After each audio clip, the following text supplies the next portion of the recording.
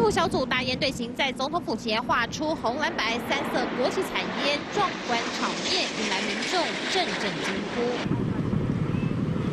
而陆军最大型的 CH-4拐直升机，今年将是第一次在国庆登场，特别制作史上最大国旗，在空中全面展开模样，很壮观。来说看起来蛮壮观的，这样感觉在这种低空呢，做一些特别像装饰，这样蛮特别的这样。机型又大，那个身上的彩绘又漂亮，离地面又比较近一点，所以刚刚那个震撼感比较好。今年那个吊挂国旗应该是 民众最期待的5号的全兵力预演却有突发状况，原定2架国旗机和眼镜蛇直升机搭配的 CH-4拐直升机起飞后发现旋翼片有异音，安全考量编队拉回返回松机，我国国军近来承受极大压力，因为共机扰台次数再创新高。中共军机注意，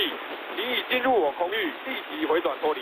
光是4号，国防部原先公布52架次，没想到深夜又多了4架侵扰，光是单日下来多达56架次，屡创新高。从10月1号到4号，4天下来共机扰台高达149架次。那么样频繁，的确造成蛮大的一个压力，这压力也是对我们来讲一个助力，督促我们做好战备准备。 双十国庆在即，加上法国参议院友台小组将率团访台，中国频繁出动共机侵扰，我方持续监控，慎防擦枪走火。三立新闻李维婷、马玉文 NC 小组台北报道。